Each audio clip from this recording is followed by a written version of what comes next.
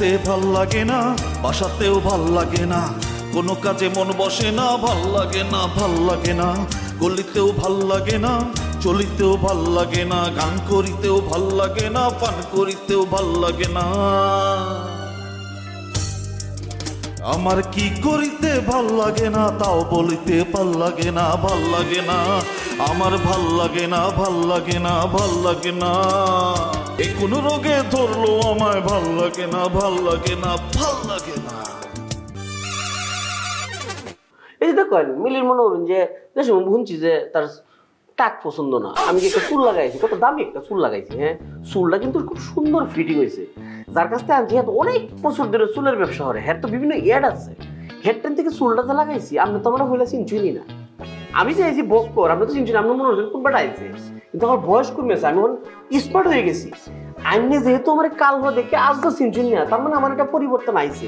আর লোকে আছে ঠিক পয়সা মিলে একটু বোঝায় কইতেন, একটা সুন্দর বউ তো পেয়ে আশা করে আইনের মেয়েরাও সুখে শান্তিতে থাকতো, আমারও মনে করেন স্বপ্নটা পূরণ হইতো, আমারও তো বসে খেলা খাইবো, আমিও কিছুটা লাড়াছাড়া করলাই। শোনো, তোমার কি মনে হয় শুধুমাত্র চুন নেই এটি তোমার অযোগ্যতা? তা কিন্তু না। একটা মানুষের কথাবার্তা, তার চালচলন, তার ব্যক্তিত্ব অনেক কিছু কিন্তু ম্যাটার করে। বুঝছি আপনি আমার কথাবার্তা লয়ে মনে একটু কইছেন কথাটা না। হো, আমার কথার মধ্যে না কিছুটা কিশোরগঞ্জ একটু টান আছে, এইটা সাইলেন্ট কোনো বিষয় না। মনে হয় চেষ্টা করলে মানুষ কোনটা না পারে। আমি দেখা দেবো এখন থেকে চাইলে আমি শুদ্ধ ভাষা বলতে, যাই হোক আমি একটা মাস্টার রাখি অ্যালবাম ধরার বলে, নাহলে কোচিংও ভর্তি হয়ে যায়, ভাষা ঠিক করে অ্যালবাম। হাই রে মিলি টাক পছন্দ না চুল লাগাইছি, ভাষা পছন্দ না ভাষা বদলাই, সমস্যা নেই, তুমি এখন আসতে পারো। আচ্ছা আমি আসি, তারপরে একটু বিচার বিবেচনা করুন যে মিলির একটু বোঝেন যে কোন বাপে না চায় যে তার সেরি মাছ গুস্ত খায় থাকো, এই হাত ফুটকিতে জীবন চলবো, এটা একটু বিবেচনার বিষয়। আমি একটু চিন্তা করিতে হইব, আমি সেরি ভালো থাকবো, আমি লেগেই ভালো হইব। হ্যালো জি, আমাকে টুসি ম্যাডাম আপনার নাম্বারটা দিয়েছেন। ও হ্যাঁ, আমি সিনিয়র সাংবাদিক রতন বলছিলাম, ম্যাডামের পিএস বলতে পারেন। তো টুসি ম্যাডামকে বোধ হয় আপনারা শোরুম উদ্বোধনের কথা বলেছিলেন নাকি? জি ভাই। ঠিক আছে, আপনারা কখন চাচ্ছেন, কিভাবে চাচ্ছেন, ডিটেলস আমাকে শেয়ার করেন। অবশ্যই, কিন্তু ওনাদের দুজনকে যদি আমাদের প্রোগ্রামে আনতে চাই তাদেরকে কত টাকা দিতে হবে একটু বলবেন প্লিজ। কত টাকা? কত টাকা বলবো, 1 লাখ বলবো নাকি? 1 লাখ? 1 লাখ বেশি হয়ে যায় ভাই, আমরা 50,000 টাকা দিতে পারবো। 50? না ভাই, 50 তো 50 খুব কম হয়ে যায় ভাই, আমাদের এত বাজেট নাই, আপনি যেহেতু তার ম্যানেজার একটু ম্যানেজ করেন ভাই, আমি আপনাকে এক্সট্রা 10,000 টাকা দেব। আচ্ছা ঠিক আছে, যেহেতু আপনারা এত করে রিকোয়েস্ট করছেন, আমি ম্যাডামের সঙ্গে কথা বলে দেখি ফাইনাল করা চাই না। তবে ভাই ওই টাকা কিন্তু অ্যাডভান্স করতে হবে। জি অবশ্যই ভাই, আমি অ্যাডভান্স করে দেব।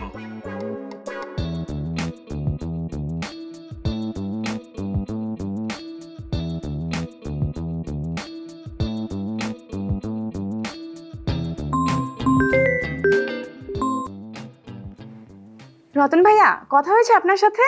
হ্যাঁ কথা হলো, আমরা আগামীকালই শোরুম উদ্বোধন করতে গিয়ে যাবো আর কি। আচ্ছা, টাকা নিয়ে তোমার সাথে কোনো কথা হয়নি তো না?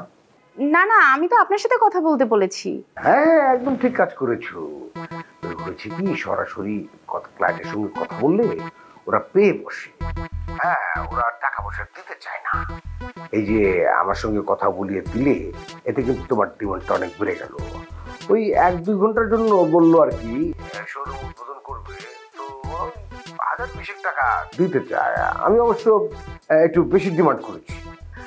20K? নট ব্যাড, ভালোই তো। ঠিক আছে, তাহলে ডিল ফাইনাল করে ফেলি। কিন্তু মোশাররফকে একবার জিজ্ঞেস করে নেই। না না, মোশাররফ সাহেবকে এই কথা বলাই যাবে না। আরে কেন বুঝতে পারছো না, 20,000 টাকা তো মোশাররফ সাহেবের কাছে হাতের ময়লা। যখন তাকে জিজ্ঞেস করতে যাবে, সে তোমাকে স্ট্রেট বলবে যে সব ঝামেলা যাওয়া দরকার। শোনো টুসি, এখন প্রথম ঘরে বসে থেকে তো কোনো লাভ নেই, মানে কাজ তো শুরু করতে হবে। আমরা শুরুটা 20 দিয়েই করি, এরপর ডিমান্ড করবো 50, তারপর লাখ। ধরো যে 1 লাখ টাকা করে যদি নেওয়া যায়, হ্যাঁ, তাহলে মাসে 3টা 4টা শোরুম উদ্বোধন করলে তোমার কত টাকা হাতে চলে আসছে তুমি চিন্তা করে দেখো। এই জন্য বলছিলাম কি যে আমরা 20 দিয়ে শুরু করি। তবে মোশাররফ সাহেবকে তোমার ওই এত দাম দেওয়ার কিছু নেই। তুমি হচ্ছে তার নতুন বউ। এই অবস্থাতে তুমি যেভাবে চাইবে সেভাবে সবকিছু হবে, কিন্তু তুমি যদি তার কাছে যে ইনিয়ে বিনিয়ে মানে ডিসিশন নেওয়ার চেষ্টা করো, তাহলে কিন্তু তোমাকে সে চাপে ফেলবে। সে স্ট্রেটলি বলবে যে আমি তো তোমাকে বিয়ে করেছি সংসার করার জন্য। এই জন্য ওনাকে কোনো কিছু ওইভাবে জানার দরকার নেই, বরঞ্চ তুমি স্ট্রেট বলবা যে শোনো, কালকে আমার সাথে শোরুম উদ্বোধন করতে যাইতে হবে। স্ট্রেট বলবা, দেখবা যে সে রাজি হয়ে যাবে। ওকে, ঠিক আছে। ঠিক আছে, হ্যাঁ, তাহলে ওদের সঙ্গে কথাবার্তা বলে আমি একদম ফাইনাল করে ফেলি। হ্যাঁ, হুম।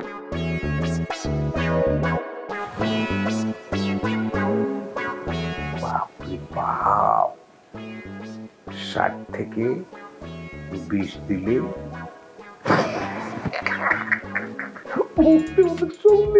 আরে বাপরে বাপ, এটা তো দেখতেছি আমার সোনার ডিম পরা হাঁস। ওটা কই এখন?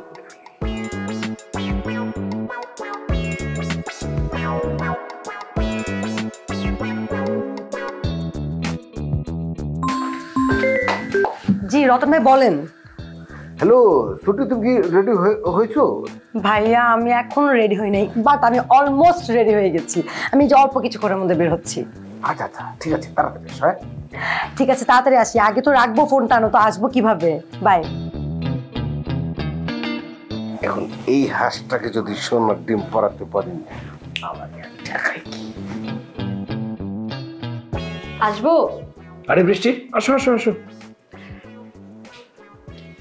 বসো। কি অবস্থা, কেমন আছো?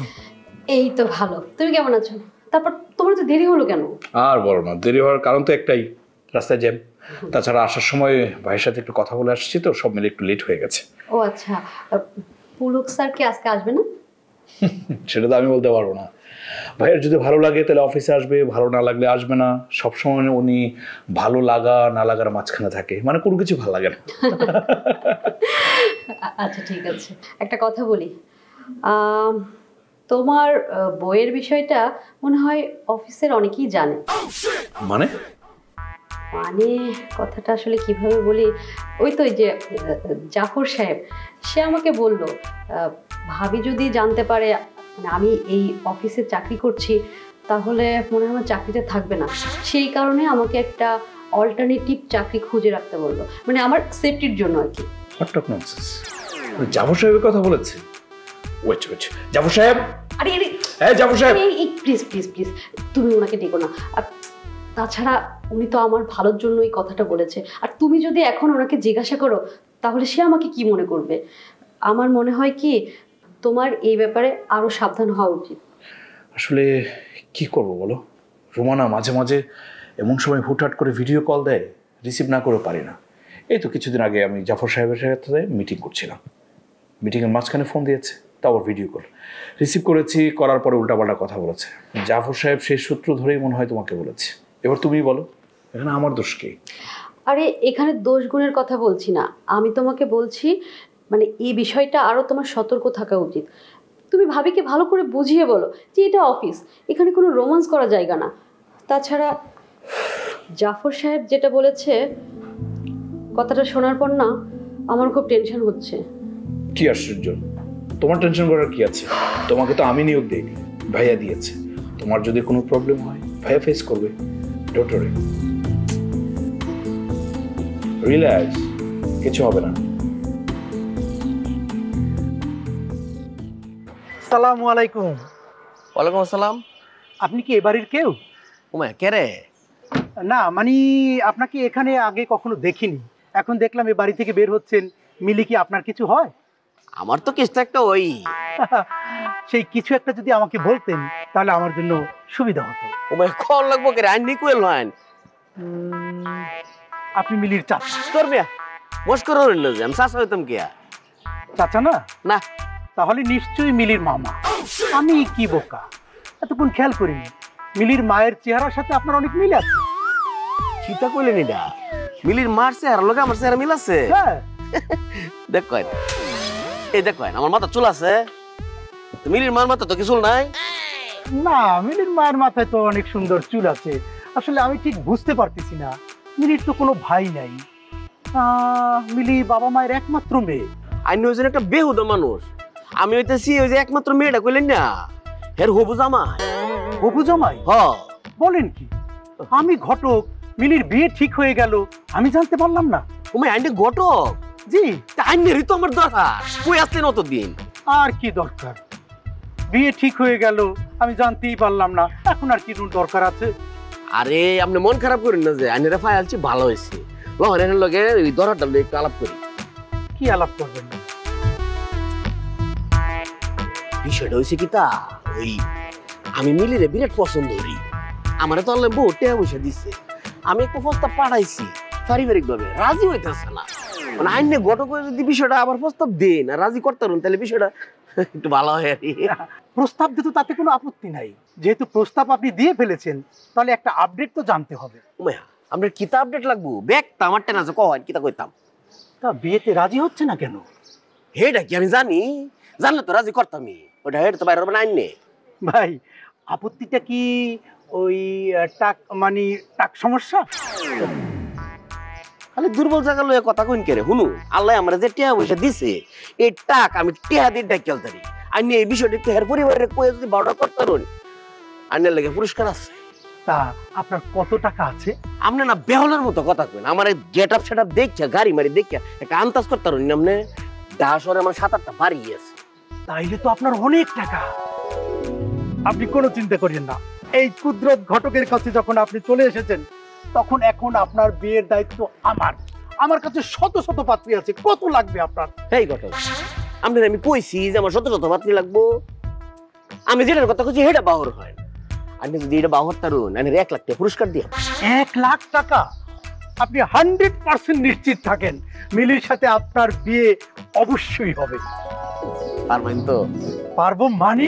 আমি এখনই মিলির বাসায় যাব, আপনি 5 মিনিট অপেক্ষা করেন, আমি সকল ব্যবস্থা করে দিচ্ছি।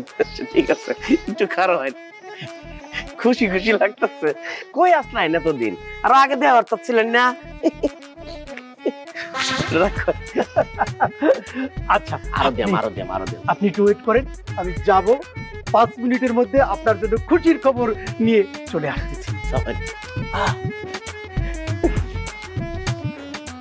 আল্লাহ, মেঘনা চাইতে বৃষ্টি দিয়েছো।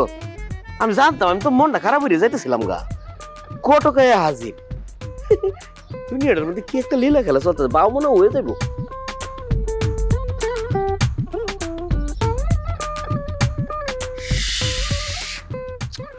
টাইম ফেল করুন। শয়তান ডাবলু, তুই আর শয়তানি করার জায়গা পালি না, এই সময় এমন কাম করি।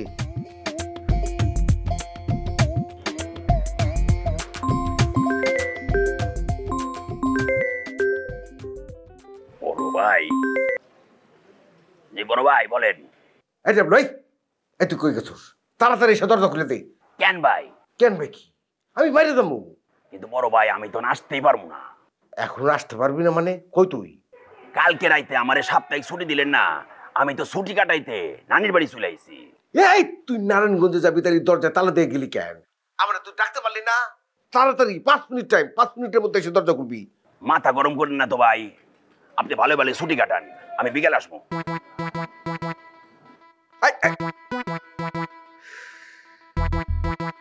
কত বড় বদমাইশ তুই! নারায়ণগঞ্জ যাবি, তোর মাথার মধ্যে একবারে ঢুকলো না, ভাই তো বাইরেও যাইতে পারে।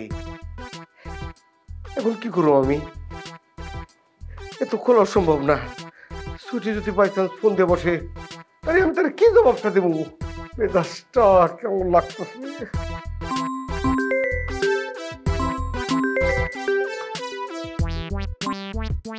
হ্যালো, আপনি কোথায়?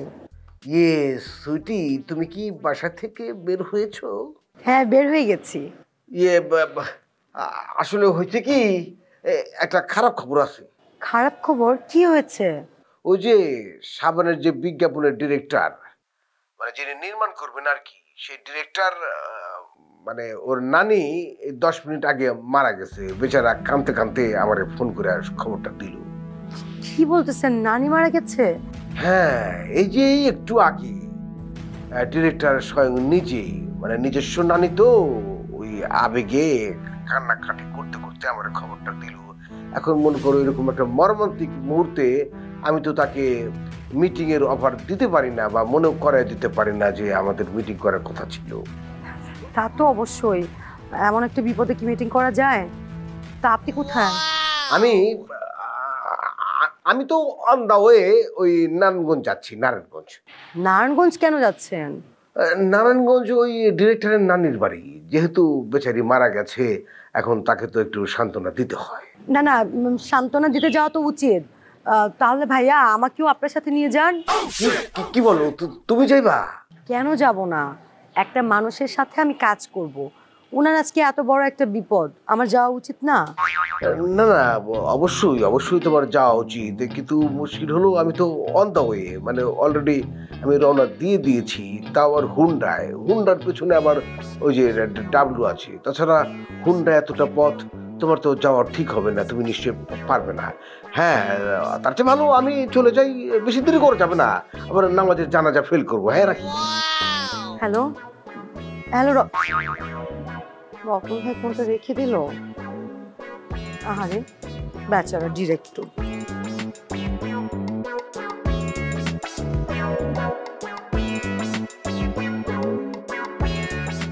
শয়তান এমন একটা কাজ করলো, কত হ্যাপি মুডে বাইরে হচ্ছিলাম।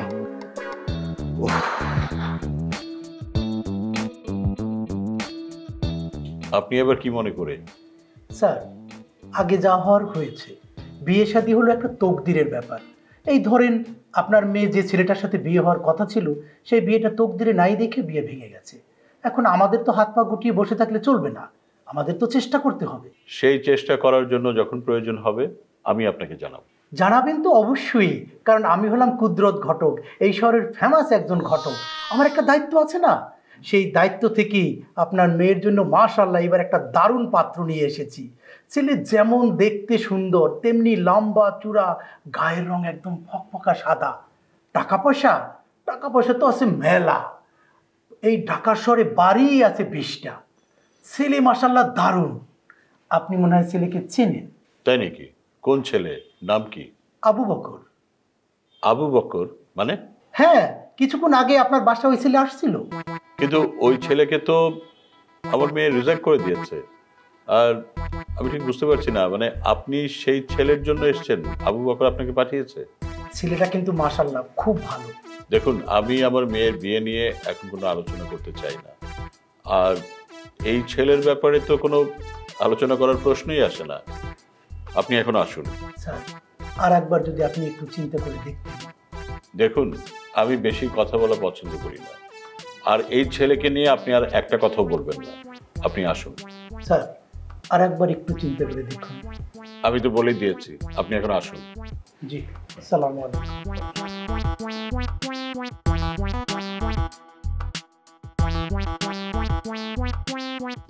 তুমি চুপচাপ বসে আছো কেন? প্রবলেমটা কি সেটা বলবো তো? প্রবলেমটা যে কিভাবে বলি, মানে আপনার সাথে বিয়ে ভাঙার পর থেকে না ফ্যামিলির সবাই শুধু বিয়ের সম্বন্ধ নিয়ে আসতেছে, আত্মীয় স্বজন যারা আছে।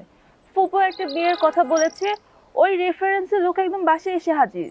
বাসায় এসে হাজির? তো ভালো তো, বলো কি? ভালো বলছেন কেন? ভালো না মোটো, শুধু বাসায় এসে হাজির না, আজকে যখন আমি বাসা থেকে বের হচ্ছিলাম সে দেখি বাসার গেটের সামনে দাঁড়িয়ে আছে, তা আবার উইক পরা। উইক পরা মানে? লোকটাকে টাকা নাকি? ভাল লাগে না। তাহলে টুসি ম্যাডামকে ডেকে দেন, তার ইন্টারভিউটা নেই। টুসি ম্যাডামও কোনো ধরনের ইন্টারভিউ দেবে না। আমার কপালে যদি মিলি লাগে বিয়াটা লেহা থাকে, তাহলে তো দুনিয়ার কি আটকে থাকতো না, আটকে থাকবো না। তাহলে তা নিয়ে আমার দরার নাই। 10,000 দিয়েছিলাম, দেখেন কি কয়।